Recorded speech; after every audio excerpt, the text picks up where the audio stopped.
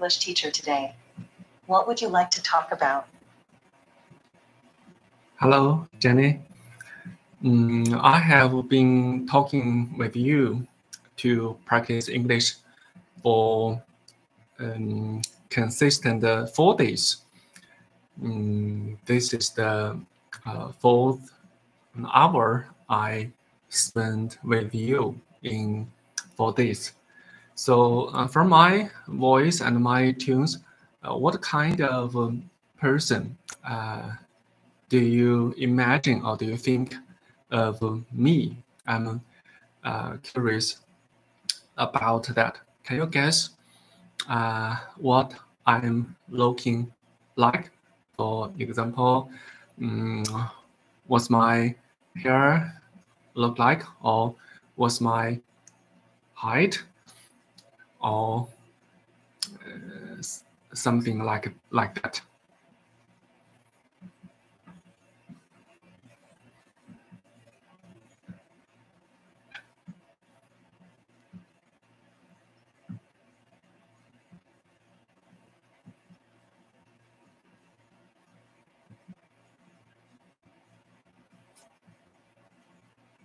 Hi there. It's great to hear that you've been practicing English consistently.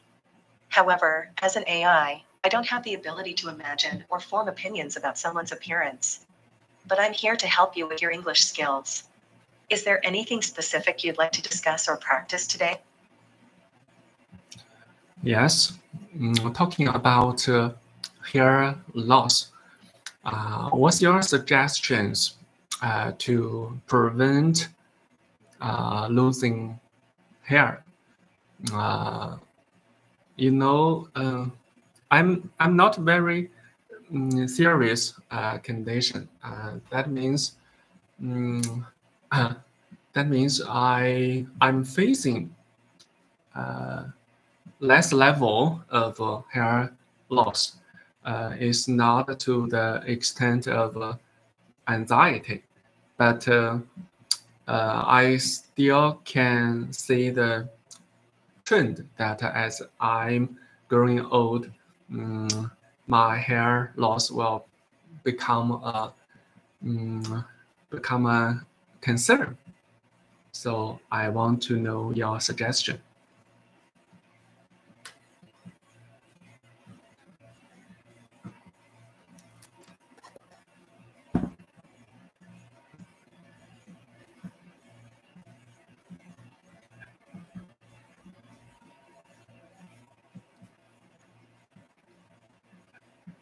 Hair loss can be a common concern as we age.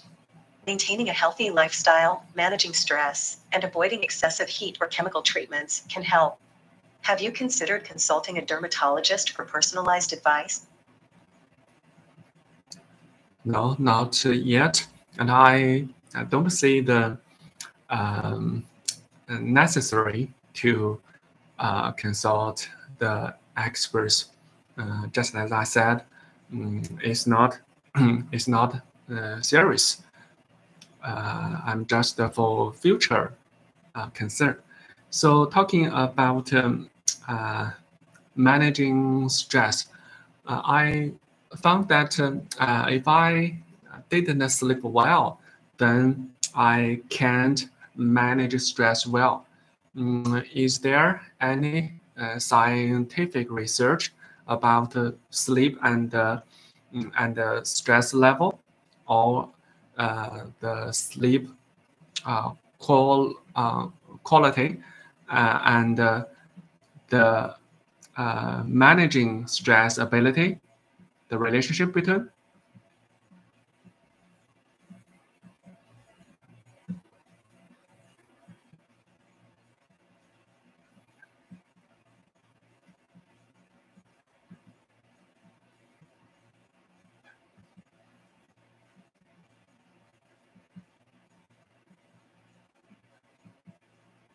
All right, there is a strong relationship between sleep and stress management.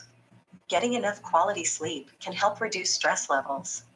How many hours of sleep do you typically get per night? My aim is to have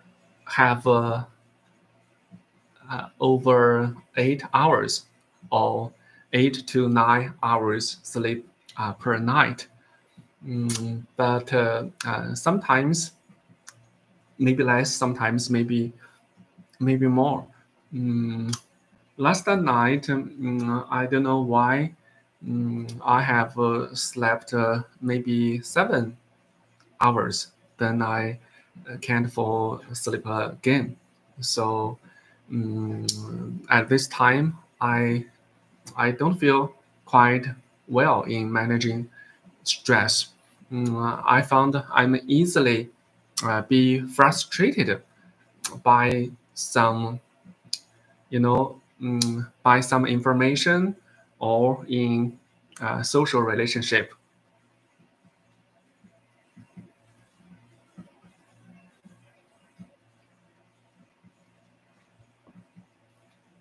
I think 8 to 9 hours of sleep is a good goal. It's normal to have occasional nights with less sleep. How do you usually cope with frustration or manage social relationships when you feel tired? I'm also feeling puzzled about that. Nowadays, I can only say that I'm quite sure about the sleeping hours or sleeping quality, and managing stress ability. Just as I told you yesterday, I'm dedicating to go to bed earlier each morning, and I also have the habit of daily journal. So in each day's journaling, I will examine the situation about going to bed early, and through that kind of reflection each day, I think I can improve.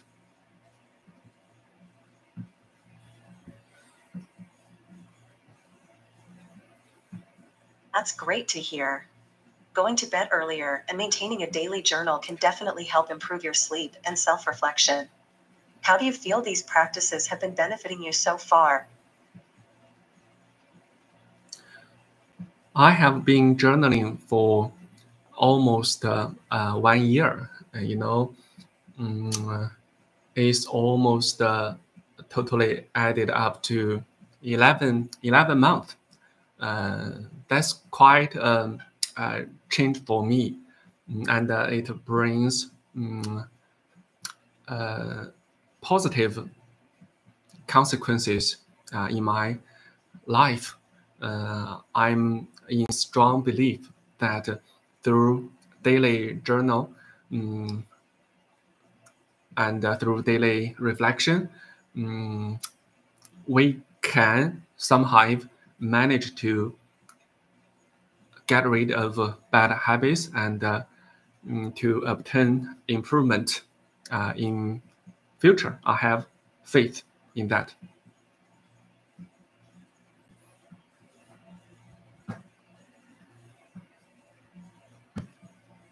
That's impressive dedication.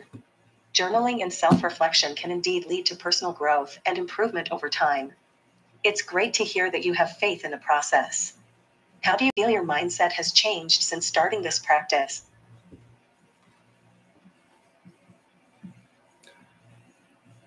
In the old days, my mood was strongly affected by my bad habits, and through daily reflection and the daily journal,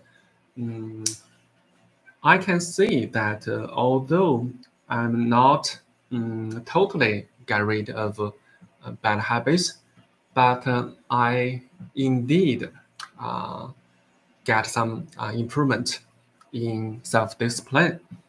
So I'm ready. It's a long process, and it needs resilience in the process of um, beating the bad habits, the bad enemy in ourselves.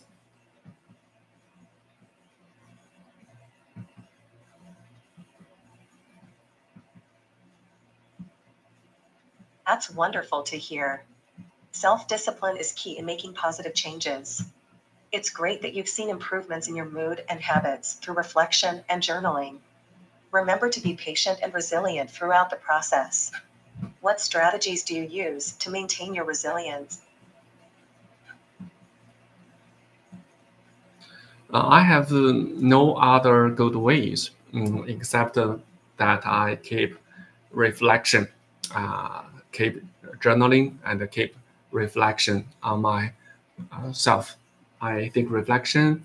Um, I heard one saying from Ray Dalio. You know that big figure. He's the boss of Bridgewater Fund. He said that um, he said that painfulness plus reflection equals improvement. Some kinds like that, and I think is very reasonable.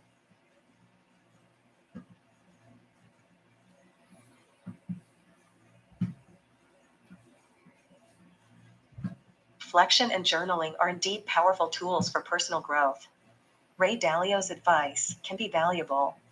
What specific aspect of his philosophy resonates with you the most? I have been feeling painful for a long period of time. You know, I almost always can't get um, to achieve my goals in life. I cannot burden responsibility for my families, for my parents, even for myself. I still can't say I can look after myself well. So it's quite frustrating. So I've been feeling painful, uh, but I still can't. I'm not sure to find the right methodology.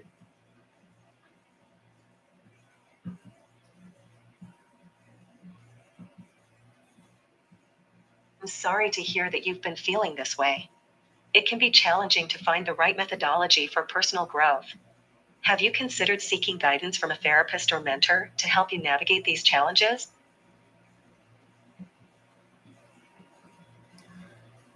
Yes, there's a famous writer in China named Li Xiaolai, and I'm joining his group. That is a group need charge. You need to spend money to join the group, and every day or every week, he brought lessons in the group, and his thoughts and his deed, his action, his methodology gave me very good influence and give me power to follow his way and to remedy my self flaws and to get improvements.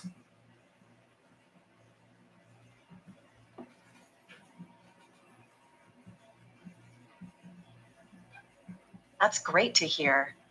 Joining a group led by Li Xiaolei and being influenced by his thoughts and actions can be a positive step towards personal growth. It's important to surround yourself with supportive and inspiring individuals. How has being part of this group impacted your mindset and actions so far? Li Xiaolai's thoughts can be summed up to 4 points, I think. Number one is time horizon. That is always to think in long term. And number two is to get together knowledge and action. He always say that the time you really get the knowledge is the time you can indeed to get the success of action. And number 3 is accumulation. He always stresses accumulation in investmenting.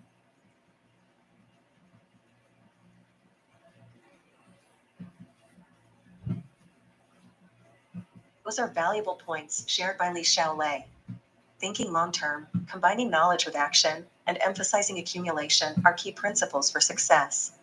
How have you been applying these principles in your own life?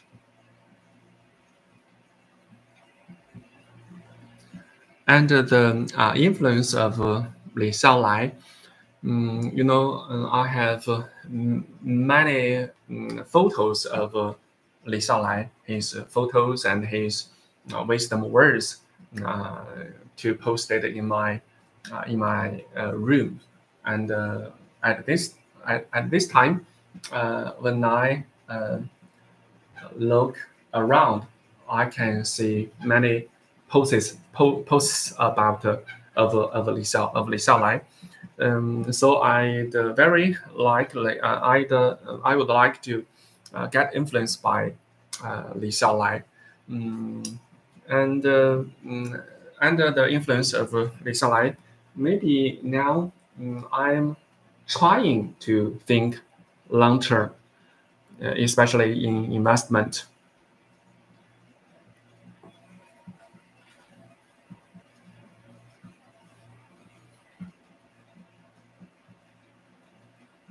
It's great to hear that you have surrounded yourself with reminders of Li Xiaolai's wisdom. Keeping his photos and words in your room can serve as a constant source of inspiration. Thinking long-term, particularly in terms of investment, is a wise approach. Have you started implementing any specific investment strategies based on this mindset? Yes, of course. Actually, the group I mentioned, head by Li Xiaolai, is not only a classroom, it's also an investment group. Li Xiaolai told the group members to investment regularly on digital assets. For example, BTC, ETH, etc. So I have followed him to regular investment in digital assets, and I have faith in that.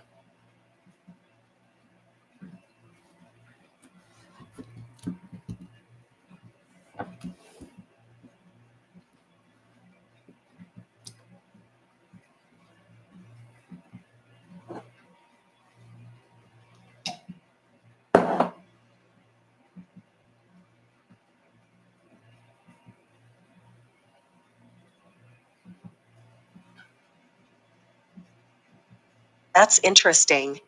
Following Li Xiaolai's advice and investing regularly in digital assets like BTC, ETH, and others can be a strategic approach. It's important to stay informed and make informed decisions in the volatile world of cryptocurrency.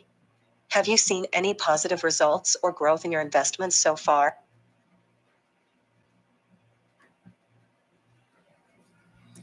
Not really, because it's a long-term investment. It's a long-term action. We plan to regular investment through 2 circles. That means about 5 to 7 years in world of cryptocurrency. So after these days, I still can't say I have some positive results or growth. It needs time, and I have faith in this process. Although I have no big money to investment at one time, but through regular investment, we can also achieve good results.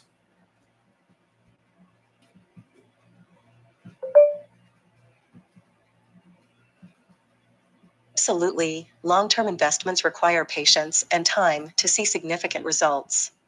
Regularly investing, even with smaller amounts, can still contribute to achieving positive results over time. It's great that you have a fit in this process and understand the importance of consistency. How do you stay motivated and committed to your long-term investment goals?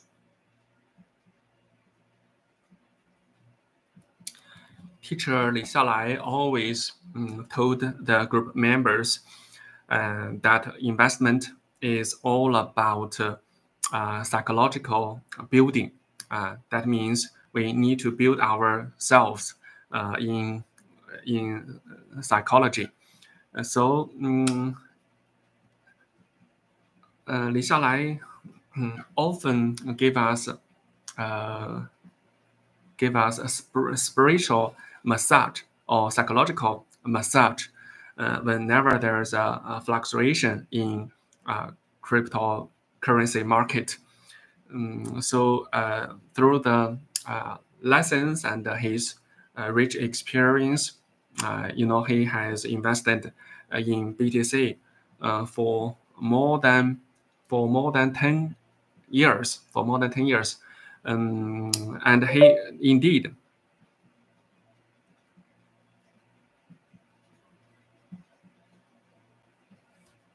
That's a valuable perspective shared by Lisa Lai. Building psychological resilience and maintaining a positive mindset during market fluctuations is important in the world of investments. With Lisa Lai's rich experience and guidance, you can learn to navigate the ups and downs of the cryptocurrency market. How do you personally handle and overcome any psychological challenges that arise during market fluctuations?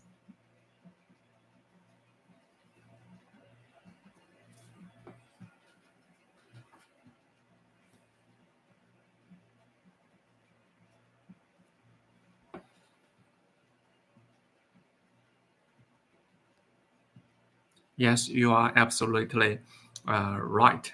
The positive mindset is very important, and the psychological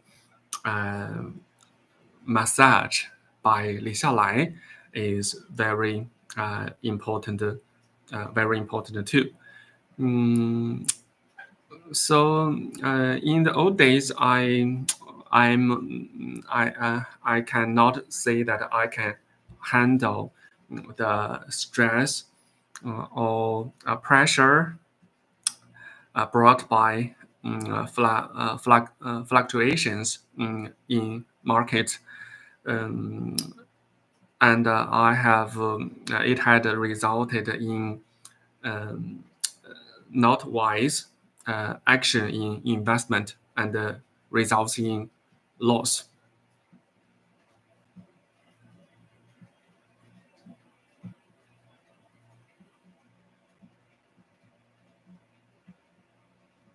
It's understandable that market fluctuations can bring stress and pressure. Developing the ability to handle such situations takes time and experience. With Lisa Lai's guidance and psychological massages, you can learn to make wiser decisions and manage losses more effectively. How have you seen your ability to handle market fluctuations improve over time?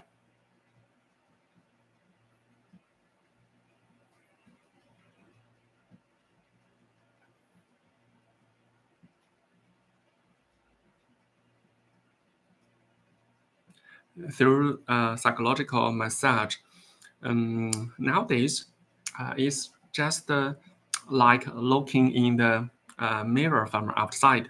In the mirror, everything you see is the same, but totally on the different direction. Can you see that's the mirror effect? That means when the price are going down,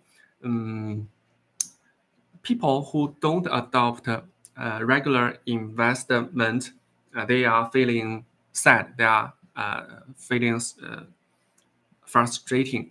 But if you are doing regular investment, you will feel happy because you can invest, you can buy BTC ETH in a lower price. You will be happy.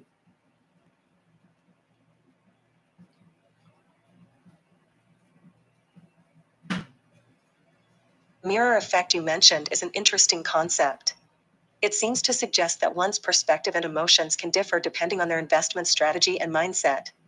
When prices go down, regular investors may see it as an opportunity to buy at a lower price and feel happy. How has this mirror effect influenced your own emotions and perspective during market fluctuations? Yes, exactly. You get the point.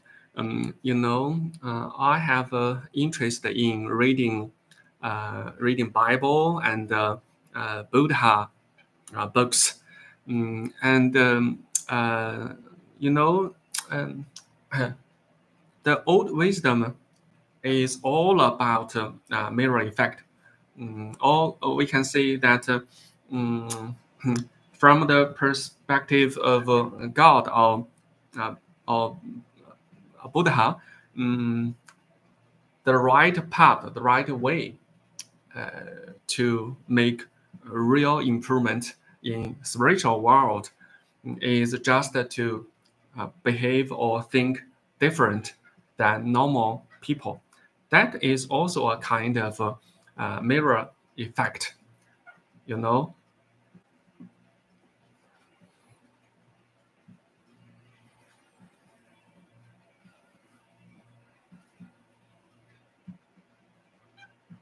That's fascinating.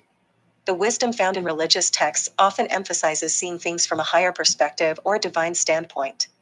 It encourages us to think and behave differently from the norm. How has incorporating these teachings into your life helped you in maintaining a positive mindset and navigating challenges, including market fluctuations?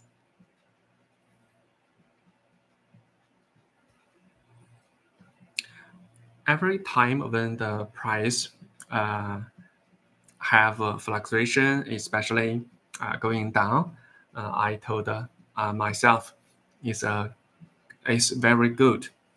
Is even better than going up, because now I can have same. I can buy same amounts of digital assets at a lower price.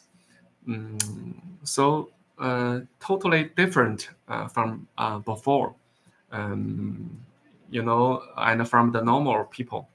Normal people, when they doing investment, they also like to chase high price and sell at a lower price.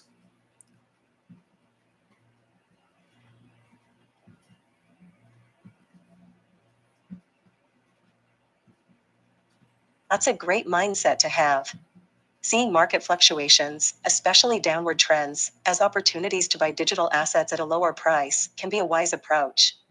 It's important to avoid chasing high prices and selling at a lower price, as that can lead to losses. How do you determine when it's the right time to make a purchase during market fluctuations? No. As a regular investor, um, you should indeed you should avoid to make judgment about the price. We neglect the price. We just buy at any regular period of time, no matter each day or each week or each month. So when time is up, you just invest your money, certain amount of money in the digital assets, and no matter what the price is. So we don't make judgment, and that's the key point of regular investment, I think.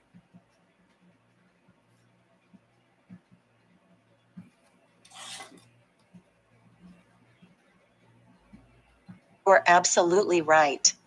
Regular investment focuses on consistency rather than trying to time the market or make judgments based on price fluctuations. By investing at regular intervals, regardless of the specific price, you can benefit from the concept of dollar cost averaging and potentially mitigate the impact of market volatility. This approach can help in building a diversified portfolio over time. How has regular investment helped you in achieving your long-term investment goals? Regular investment is not only a good strategy, or even we can say is the best strategy, because it can make normal people to become the most wise people in the market, because when normal people adopt the best strategy, he become the wisest man in the market. And also we can use the use the regular investment strategy in other aspects of life. For example, reading and writing, and in development of strong relationship, or family member.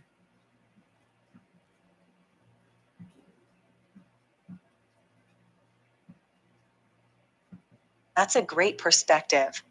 Regular investment can indeed make ordinary individuals become wise investors in the market. By consistently following the best strategy, one can make informed decisions and potentially achieve long-term financial goals.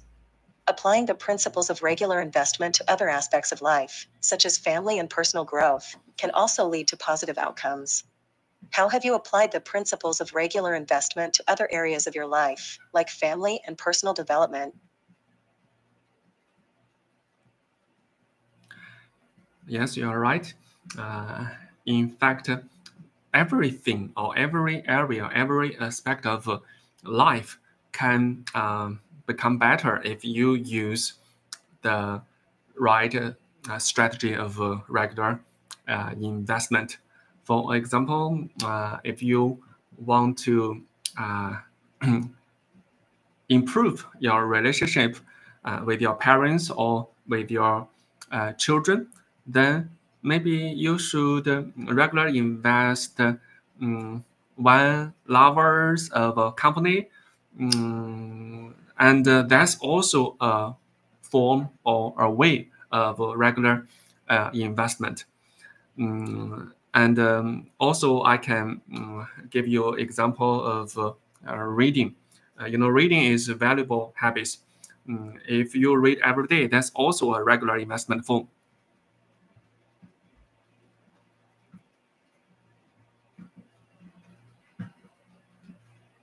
Absolutely. Regular investment principles can be applied to various aspects of life beyond financial matters. Investing time and effort consistently in building relationships, personal growth, and cultivating positive habits, such as reading, can lead to significant improvements over time. It's inspiring to see how the concept of regular investment can be applied holistically. Are there any specific areas or habits in your life that you have been regularly investing in?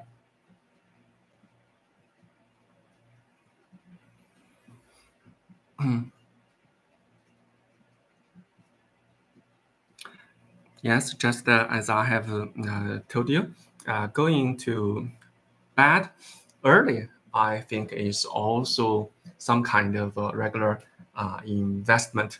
That means maybe you can't see the good results in 1 or 2 days, but if you accumulate the effort in 6 months or in 1 year or 2 years, then you can see going to bed early each night can have positive consequences in your health and in your mood, in your stress managing ability, and in your, or even in your financial condition improvement. I have confidence in that, because I have suffered a lot because of going to bed late.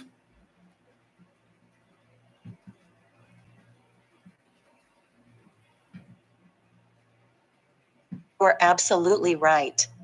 Going to bed early, consistently, is a form of regular investment in your health and well-being.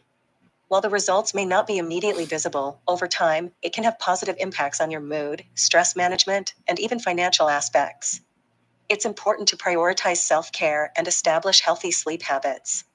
How have you noticed the benefits of going to bed early in your own life?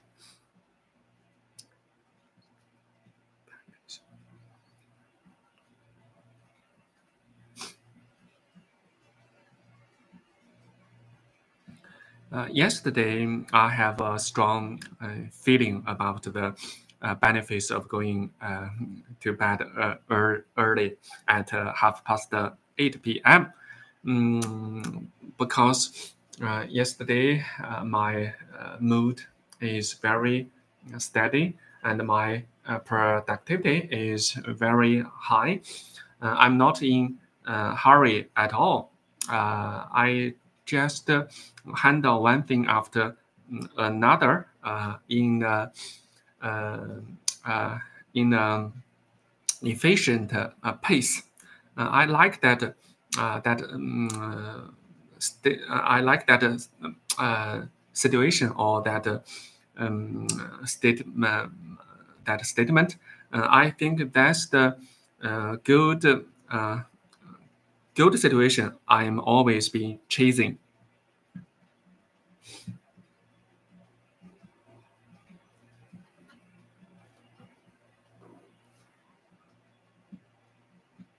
I'm so sorry that I am a bit busy right now. Can you wait a moment and try it later? Yes, absolutely.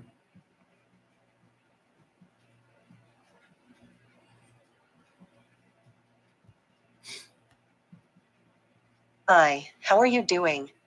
My name is Jenny, and I'm glad to be your English teacher today. What would you like to talk about? Have you encountered people they like to express their uh, opinion or their attitude in an undirected way? That means the words they are saying you can't understand in the direct meaning.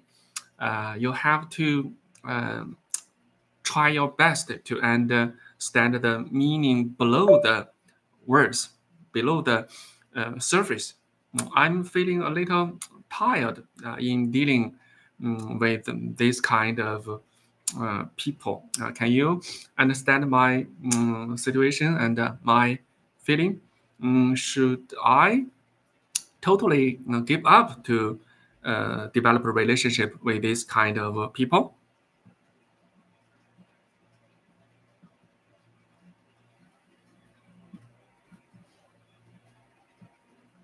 I understand that it can be tiring to deal with people who express themselves indirectly.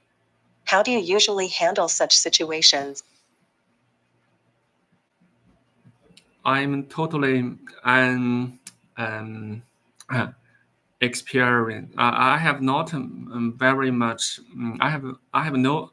I have not. I don't have enough experience or knowledge to dealing with people like that. I'm just feeling a little tired. But in China, our bosses or people in higher hierarchy, many of the leaders say they tend to talk or they tend to make conversations um, in undirected way. That means we must know the meaning below their words. And if you can't understand,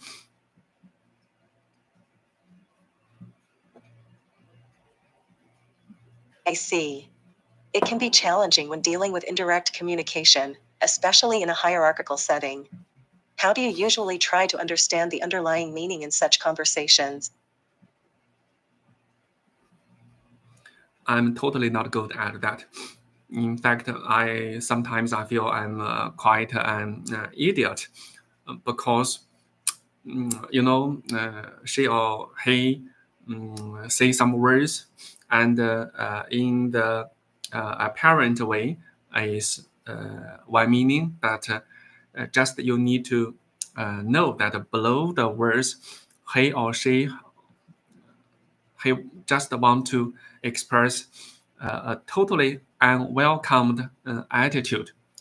But if you judge from the surface, then you will get the conclusion that he or she is happy about that decision. But indeed, he or she is not happy about my suggestion. So that's not a good feeling. I'm feeling frustrating.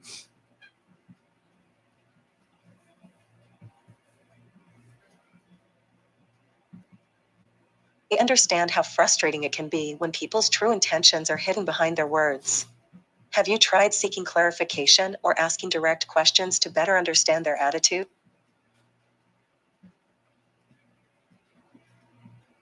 I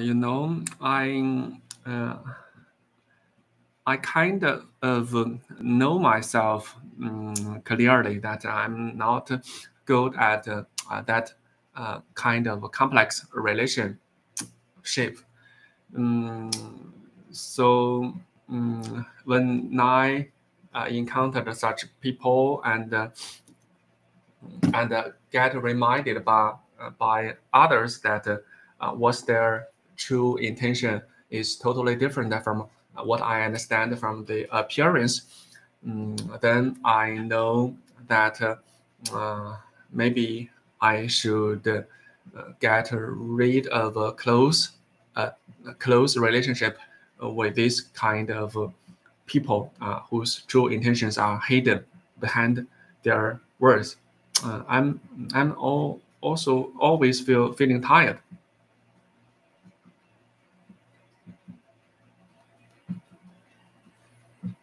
It's understandable to feel tired in such situations. Remember to take care of yourself and don't hesitate to seek support or advice from others. How do you usually recharge and relax after dealing with such complexities? That is also a problem I'm facing.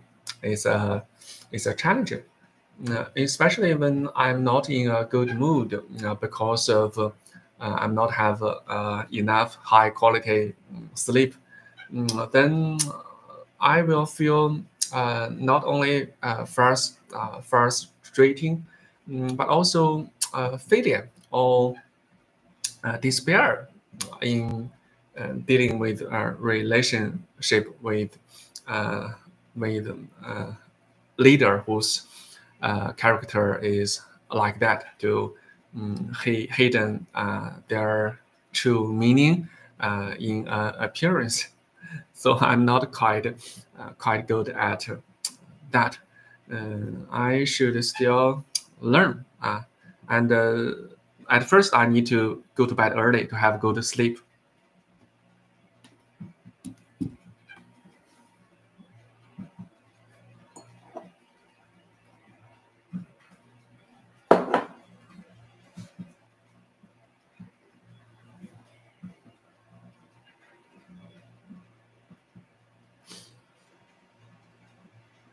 Sleep is indeed important for our overall well-being and mental clarity.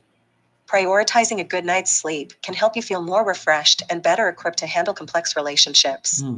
What are some strategies you can try to improve your sleep quality? Yesterday, I get another lesson. In fact, that lesson is one that I always received in the past years. That is, avoid a long time nip sleep at noon. Maybe I should shorten my new nap during noon time to less than half an hour, or I should set an exact time limit, maybe 27 minutes to avoid can't falling into sleep at night. I think that's very important.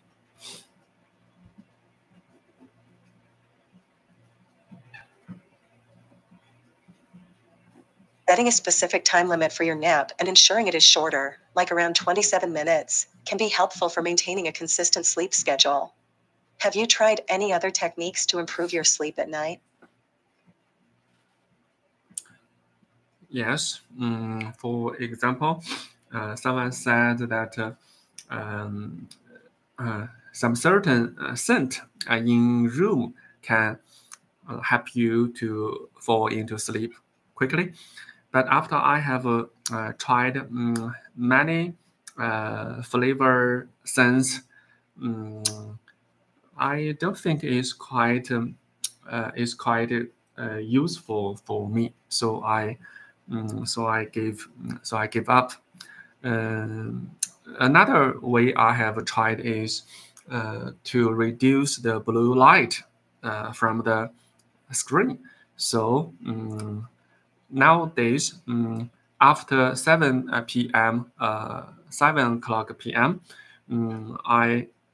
I'm setting both my computer and my mobile phone to reduce blue light.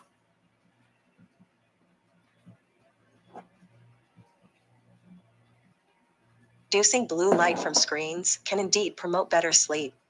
Have you also tried establishing a consistent bedtime routine or creating a calm and comfortable sleep environment?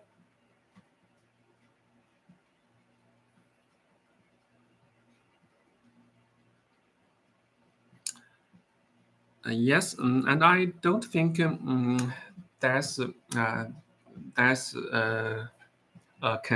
that's a big challenge for me.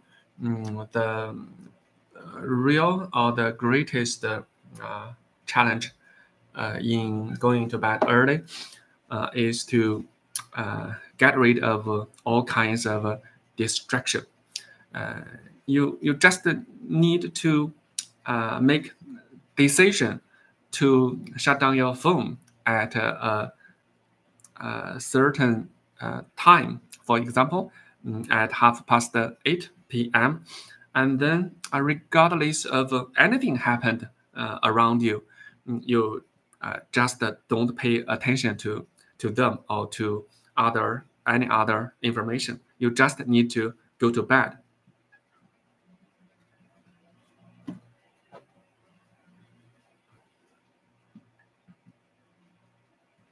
Creating a distraction-free environment by setting a specific time to shut down your phone can indeed help in establishing a consistent bedtime routine.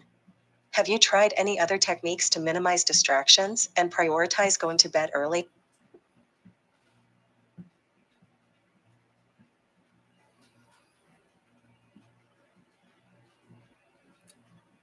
I think the most effective way is just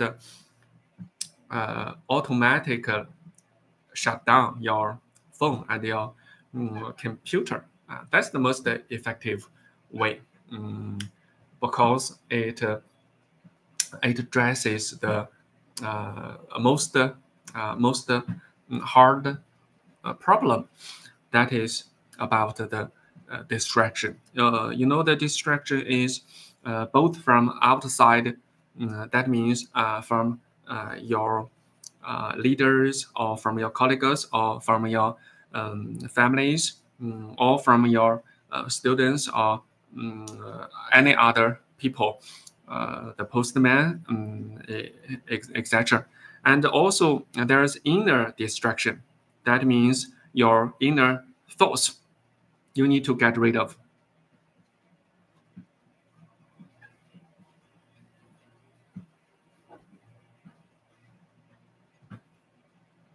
Automatically shutting down your devices can indeed help eliminate distractions. It's important to create boundaries and prioritize your own well-being. How do you usually handle distractions from external sources or your own inner thoughts? Just as I said, you just need to be ruthless about all kinds of distractions. For examples, if someone call you out to go into a bar to have a drink, then you know it's time to go into bed, then you should refuse the suggestion immediately.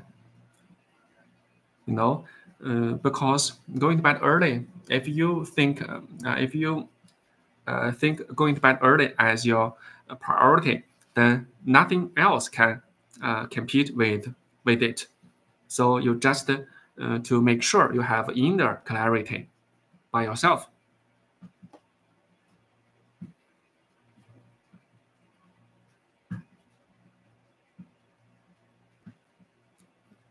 Being firm and prioritizing your own well-being and setting boundaries is crucial. It's important to have clarity and stick to your decision to go to bed early. How do you maintain your inner clarity and stay committed to your goal? That's quite a big challenge, a big question.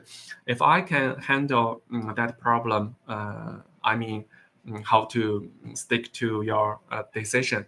If I can handle this challenge quite well, then I think I can make dramatic progress in my life and in my financial situation at now. But unfortunately, I'm not good at finding that right path. So I'm now living in not quite good well-being or not quite good situation. That means my living condition is some kind I'm not very happy with. I'm getting struggle with it.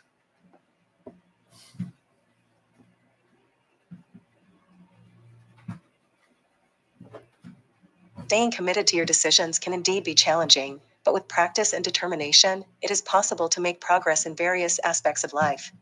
What are some strategies you can try to overcome the hurdles and find greater happiness in your current situation? It just need to think it clearly and to get to the extent of inner clarity. Then at reaction or at action, you will likely to have good results. And also, I want to talk about a very interesting story. I know someone when he received a big sum of money in his bank card, he make a decision to destroy the bank card. Use a taser to destroy it into pieces. And he never touched the money in the bank account. Do you know why?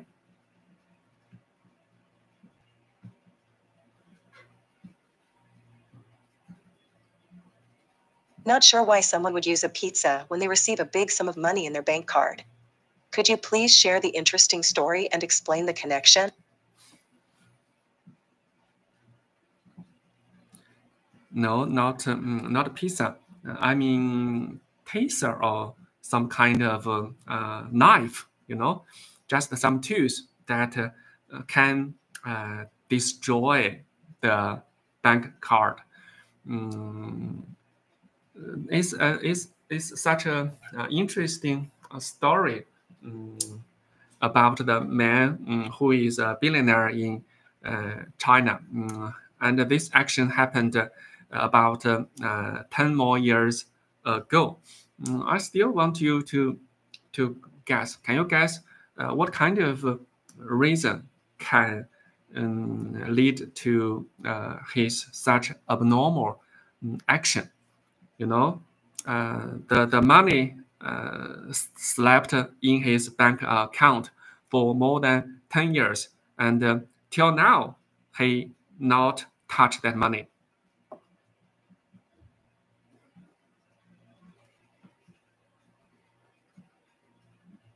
I apologize for the confusion. Destroying a bank card is indeed an unusual action. Without further information, it's difficult to guess the exact reason behind this man's behavior. Could it be related to a personal belief, security concerns, or perhaps a symbolic gesture? Not really. Not anyone about the reasons you guessed above. Actually, he's a man very good at methodology. He like to research methodology in almost everything in life and in career. After thought, he make a definition about being rich.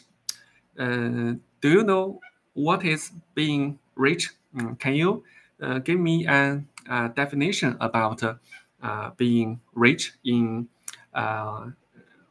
short sentences, like one sentence or two sentences? That is, you need to sum up the main character, the essential character about being rich. Can you give me the definition?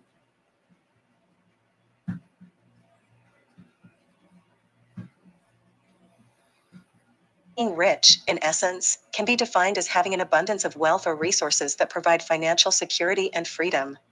However, true richness can also be measured by one's contentment, fulfillment, and overall well-being in life. Maybe you are right, but you need to notice that your definition can hardly have any positive influence on one's action. The man who destroyed his bank card, his definition about a rich man or being rich is that someone has a sum of money, no matter it is 100,000 or 50,000 or 500,000 renminbi, and he never need to use that money. You see, he has a sum of money which he will never use it in his whole life.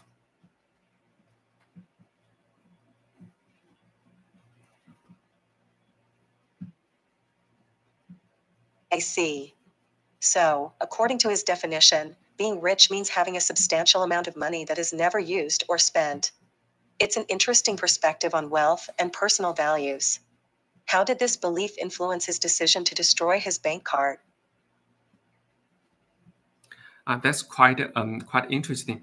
In fact, he's also get influenced by a book written by an American writer. The American writer said that people strongly tend to spend their savings. So he thought an idea. He saved the money in a bank which is located in a distant city. Is a very far city, and then he lose the card intentionally. He intentionally loses his card. In that way, he successfully saved a big sum of money.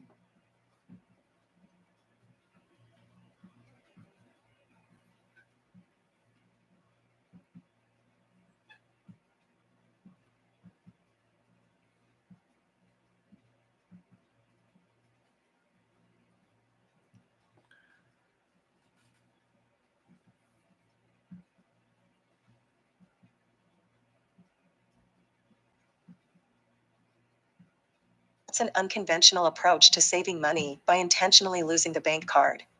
It seems he was influenced by the belief that people are prone to spending their savings. Did this action of intentionally losing the card align with his definition of being rich?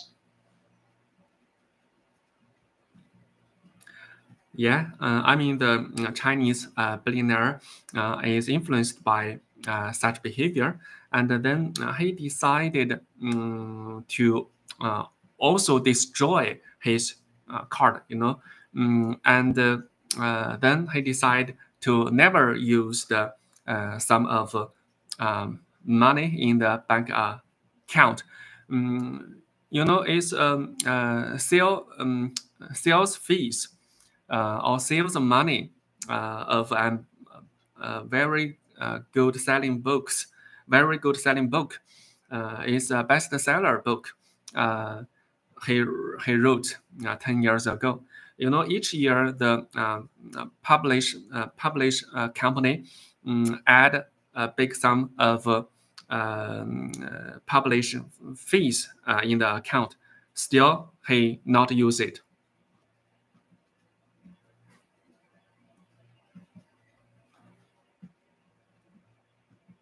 I see. So the Chinese billionaire was influenced by the behavior of intentionally destroying the bank card and decided to follow a similar path. By not using the money in his bank account, he aimed to maintain his definition of being rich. Did he share his reasons or motivations publicly for taking such actions? He shared his experience in the group, relatively private groups. The groups contains about 10, about 100, about 10,000 members. It's about that number. He concluded that he's not teaching everyone to follow him. He just want to show us that through definition, he lived a life of a rich man, even though at that time he's not that rich. That's the most interesting thing. Through definition, he changed his definition of himself.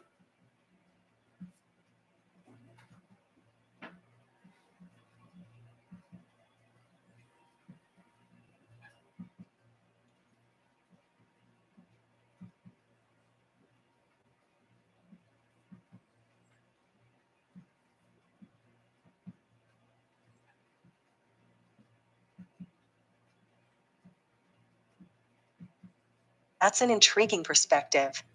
By redefining his own definition of being rich and living accordingly, he was able to experience a sense of richness even before attaining great wealth. It's a unique approach to finding fulfillment and contentment in life.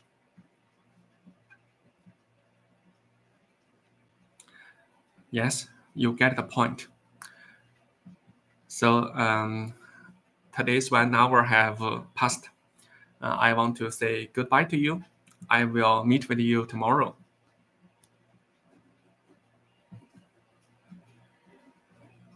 Goodbye. It was great talking.